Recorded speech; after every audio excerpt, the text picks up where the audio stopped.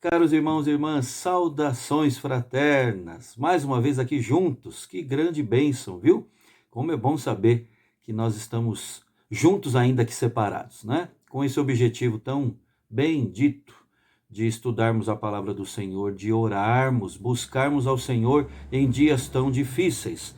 Irmãos, eu gostaria, antes de mais nada, de falar do que nós falamos ontem acerca da nossa ideia, plano de termos um dia na semana, ao invés de ser assim, nos moldes atuais, nós termos um encontro via Google Meet, ou seja, nós estaremos ali todos na telinha para que possamos ver a carinha uns dos outros, né?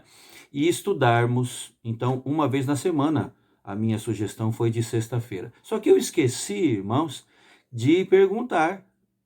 Gostaria de saber se há receptividade nisso ou para isso.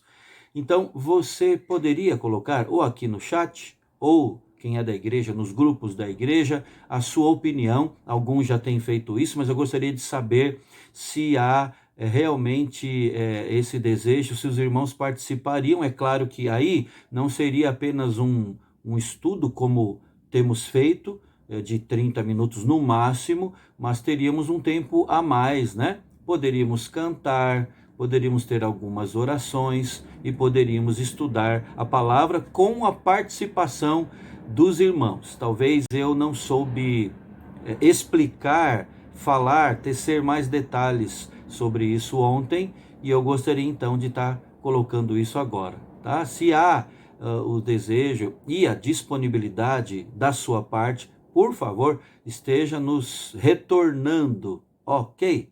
Muito bem. Irmãos, vamos cantar um hino e depois nós vamos orar e assim, na sequência, estudarmos, dando sequência ao estudo sobre os tempos do fim, né? O hino 191, o título é Rio da Vida. Se eu estou aqui me lembrando bem, olha, nos 3 anos que nós estamos na Betel, nós não cantamos uma vez sequer. Eu não me lembro, pelo menos, né? Rio da Vida. A estrofe número 2 é linda, todas as 3, mas diz que muitos de nós já foram cantar no céu louvor, como os remidos cantam a Cristo, o Redentor. Santo Rio, junto ao rio vou cantar também, onde as vozes nunca cessam, na Jerusalém. Que palavras benditas, irmãos. Vamos então, juntos aqui, engrandecer o nome do Senhor, cantando o hino 191, Rio da Vida.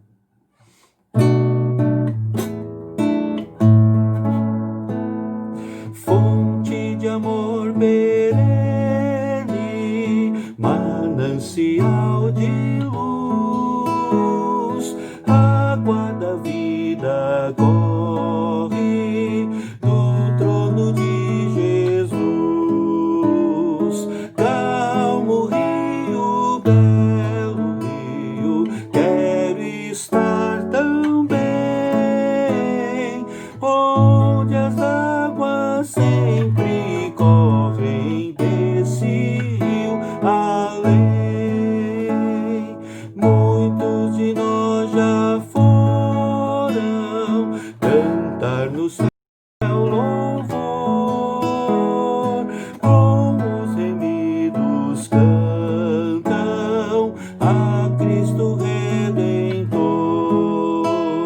Santo Rio, junto ao rio vou cantar também, onde as vozes nunca cessam, na Jerusalém. Límpida fonte corre, brilhante corre a fluxo. Quem fez aquela alvura? O sangue de Jesus. Corre, rio, calmo, corre, corra assim a paz. Em minha alma para sempre corra mais e mais.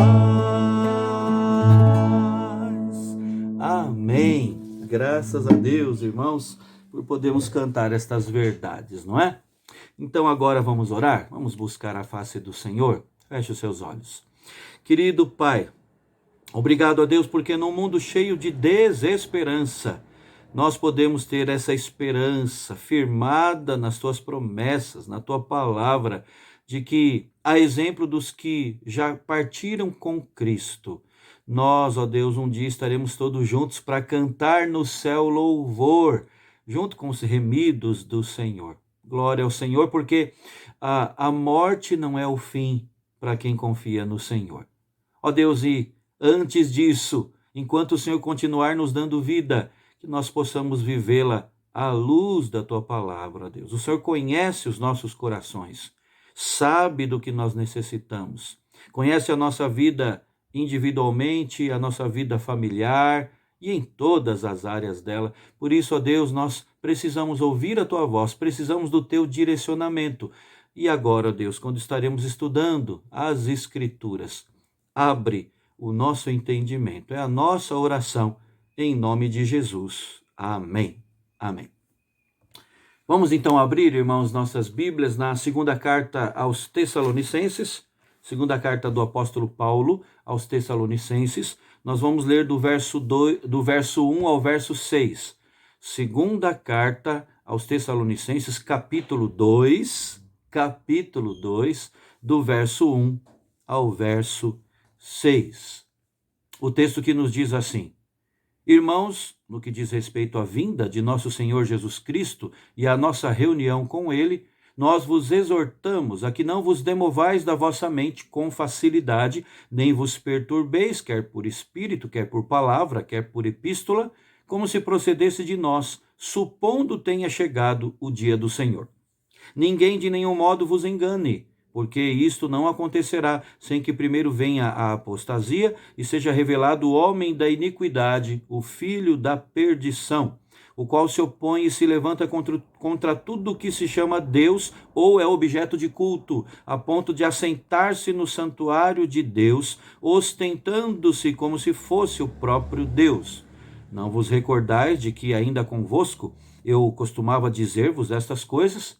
E agora sabeis o que o detém, para que ele seja revelado somente em ocasião própria. Muito bem, até aqui a nossa leitura. Irmãos, eu quero hoje dar sequência ao estudo iniciado ontem, na última devocional, sobre a figura do anticristo, não é? Eu quero falar com mais detalhes sobre o perfil, sobre as características daquele que é chamado nas Escrituras de anticristo. Sabemos que muitos anticristos já se levantaram, outros estão hoje enganando a muitos, mas ainda se levantará o anticristo. Nós falamos algo sobre isso ontem ao basearmos o nosso estudo na primeira carta de João, capítulo 2, verso 18, né? No qual o apóstolo João diz o seguinte: Filhinhos, já é a última hora. E como ouvistes que vem o anticristo, também agora muitos anticristos têm surgido, pelo que conhecemos que é a última hora. Então, irmãos, quando o anticristo se levanta, é a última hora. E a pergunta é: quando é que isso vai acontecer? Já está agora acontecendo? Que tempo será esse? O tempo do fim, ou os tempos do fim, são descritos na Bíblia, como sabemos, por alguns sinais, né? Já falamos de alguns deles. O primeiro é a apostasia, aqui citada pelo apóstolo João na carta aos Tessalonicenses, ou seja, o abandono da fé. Alguém que dava a aparência de ser um cristão, de estar firmado na palavra do Senhor, na verdade eterna, mas que depois se desvia. Isso é apostasia. Existe também o sinal da grande tribulação, ou seja, cada vez mais próximo dos últimos dias, maior tribulação, maior aflição, mais difícil fica a vida. É o que nós temos vivido e cada vez mais isso será realidade. E também um dos sinais é a própria revelação do anticristo, não é? Sinal dos tempos do fim, ou dos últimos dias, porque, como já estudamos recentemente, os últimos dias já foram inaugurados quando Cristo veio, né? Mas o final desse tempo, o final dos tempos do fim, vamos dizer assim, um dos sinais disso, a revelação do anticristo. Então vamos falar, irmãos, algumas coisas importantes, julgo eu, acerca do perfil do anticristo, né? Segundo esse texto, o texto de Paulo falando aos irmãos de Tessalônica, o anticristo será um homem específico. O apóstolo Paulo é categórico aqui, ao afirmar que o anticristo é um homem, ou seja, é o homem da iniquidade. Depois, daqui a pouco, eu quero até tecer mais comentários sobre esse termo, mas é a figura de um homem. O apóstolo João também diz, registrando no livro do Apocalipse, que o número da besta, ou seja, do anticristo, nós vemos que se trata da mesma questão, da mesma figura. O número da besta ou do anticristo é um número de homem. Curioso esse texto. Apocalipse 13, verso 18, diz assim: aqui está a sabedoria. Aquele que tem entendimento, calcule o número da besta, pois é número de homem. Ora, esse número é 666. O número 666, irmãos, já é tema de tantos acirrados debates, não é? De uma diversidade de interpretação. Você já deve ter ouvido de tudo um pouco, ou de tudo muito, sobre isso, né? Já conseguiram encaixar dentro desse número diversos personagens históricos: Nero, Napoleão, Hitler, papas, não apenas um, mas papas no plural. Entretanto, irmãos, nós cremos que a melhor interpretação desse número é aquela que parte da própria numerologia bíblica.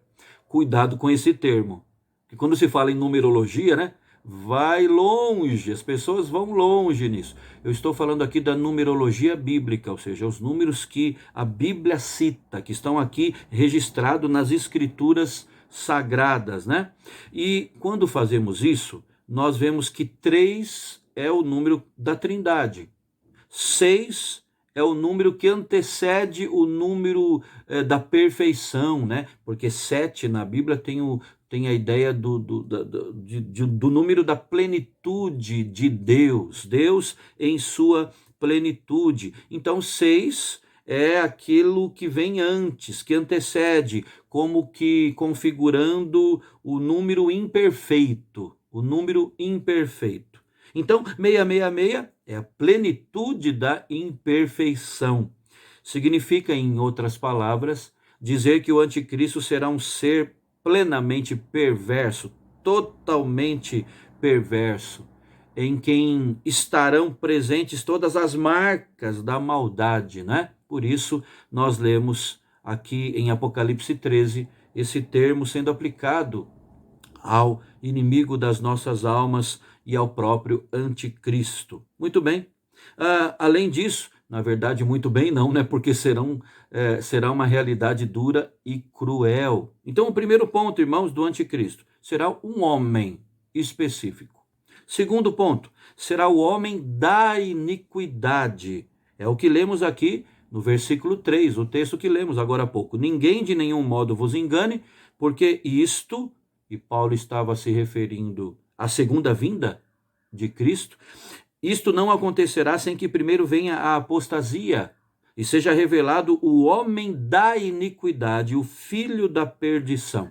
Irmãos, esse termo, o homem da iniquidade, literalmente significa o homem da ilegalidade, por assim dizer. O homem da ilegalidade, ou seja, o homem sem lei, sabe?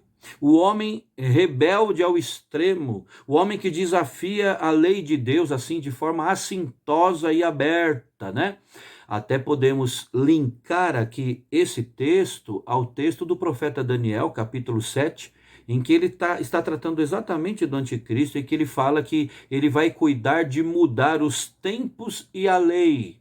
Então é o homem da iniquidade, o homem sem lei. Ainda estendendo as nossas considerações aqui, vemos que uma das características do anticristo é que ele vai incorporar todo o poder, toda a força, toda a crueldade dos grandes impérios da história da humanidade, os grandes impérios do passado, tudo o que esses impérios simbolizaram, como já disse, força, poder, crueldade, malignidade, estarão contidos na figura do anticristo. E para essa nossa consideração, nós precisamos ir para o texto de Apocalipse. Eu peço que, se você puder aí, abra sua Bíblia lá. Apocalipse capítulo 13, o verso 2, Apocalipse 13, o versículo 2, nos diz assim: a besta que vi era semelhante a leopardo, com pés como de urso e boca como de leão. E deu-lhe o dragão o seu poder, o seu trono e grande autoridade. Irmãos, o anticristo vai reunir em sua pessoa a rapidez do leopardo, a força do urso, a ferocidade do leão. Cada fera descrita aqui, simbolismos, representa um império que dominou o mundo no passado.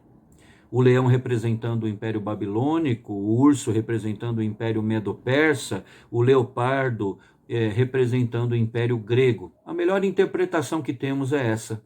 Portanto, na figura do anticristo, tudo isso é reunido, ele incorporando poder, força e crueldade. Além disso, irmãos, vemos que a sua ascensão se dará num tempo de muita, mas de muita turbulência. Ou seja, o anticristo vai surgir num tempo dificílimo, num tempo sem precedentes em termos de aflições. E aí, Apocalipse 13 ainda nos ajuda, porque diz no versículo 1 o seguinte: vi emergir do mar uma besta que tinha 10 chifres e 7 cabeças, e sobre os chifres 10 diademas, e sobre as cabeças nomes de blasfêmia. O que nos importa agora é a primeira expressão desse verso 1, Apocalipse 13, 1. Vi emergir do mar uma besta. O que significa isso, Apocalipse cheio dos seus simbolismos. Irmãos, as águas, vi emergir do mar. Por que o mar, As águas e o mar são as nações, os povos em dias de turbulência. No meio de um turbilhão de dificuldades, os povos em polvorosa, vamos dizer assim. E nós tiramos isso de Apocalipse 17, versículo 5, em que claramente é dito, é registrado pelo apóstolo João, dito pelo Senhor Jesus, que as águas são os povos, as multidões, as nações e as línguas. Portanto, irmãos, nós estamos falando de dias maus, extremamente maus, e os povos em agitação, e portanto, antes do levantamento do anticristo, o mundo vai viver isso em extremo desespero, numa crise sem solução, como que num beco sem saída.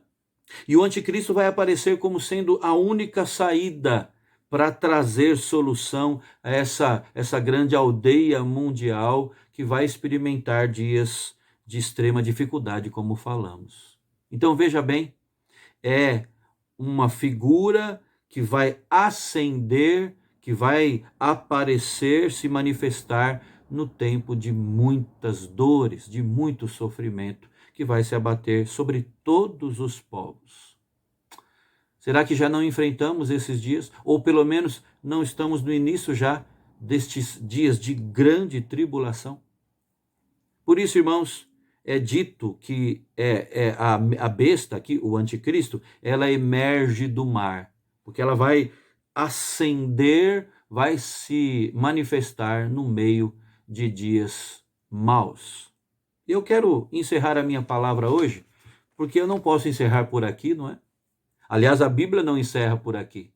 Se nós ficássemos por aqui, nós teríamos uma ideia um tanto quanto desesperançosa, acerca da história das nossas vidas e da história humana, não é? O anticristo, alguém sem Deus, alguém contra Deus, alguém com poder se levantando e emergindo do meio da tribulação, da forte tribulação deste mundo e dando a aparência de trazer a redenção e a solução. Isso, com certeza, é algo que, se parássemos por aqui, não traria alegria, não traria fé renovada. Mas, irmãos, o que nos compete fazer diante disso, não é? A gente pode dizer que o mundo está pronto para endeusar qualquer novo César, ou seja, ah, ah, qualquer celebridade, qualquer aparição de alguém que fale em solução, né? Alguém que consiga dar à sociedade caótica qualquer unidade, qualquer paz. O mundo está como que sedento a isso, não é? O que nos cabe fazer diante disso, irmãos? E aí nós precisamos ir para o livro de Atos, em que nós lemos no capítulo 4, Atos 4, verso 12, o seguinte: e não há salvação em nenhum outro, porque abaixo do céu não existe nenhum outro nome dado entre os homens pelo qual importa que sejamos salvos. Eu vou ler de novo, para encerrarmos as nossas considerações hoje aqui. Atos 4,12 nos diz: e não há salvação em nenhum outro, porque abaixo do céu não existe nenhum outro nome dado entre os homens pelo qual importa que sejamos salvos. O que temos então, de forma muito clara, contido aqui nas Escrituras Sagradas, é que ainda que alguém se levante, que não seja Cristo, nosso Redentor, aglutinando em si mesmo unidade, paz, tempos bons, não é? Fazendo uma propaganda mentirosa, né, de dias melhores, ainda que alguém se levante, e vai se levantar, é a figura do anticristo. E diz a Bíblia, nós não lemos, mas que muita gente, a maioria, vai adorá-lo, vai segui-lo.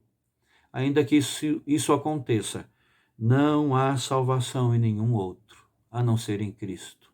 Por quê, irmãos? Porque abaixo do céu não existe nenhum outro nome dado entre os homens pelo qual importa que sejamos salvos. É apenas em Cristo que somos salvos da ira de Deus. Nós estudamos sobre isso na escola dominical do último domingo, não é? É só nele, só em Cristo, que nós somos salvos da condenação do inferno, da culpa pelos nossos pecados. É só em Cristo que nós temos a plenitude da vida, a plenitude de alegria. Não há salvação em nenhum outro. Precisamos lembrar disso. Precisamos, com isso, ter o nosso coração aquecido e precisamos anunciar isso. Sabe, o maior bem que fazemos nos últimos dos últimos dias é falar de Cristo, anunciar que só nele há salvação. Deus abençoe o seu coração, a sua vida, a sua família. Vamos agora orar em família, orar diante do Senhor com os nossos queridos. Que Deus esteja com todos. Até o nosso próximo estudo, se assim Deus quiser.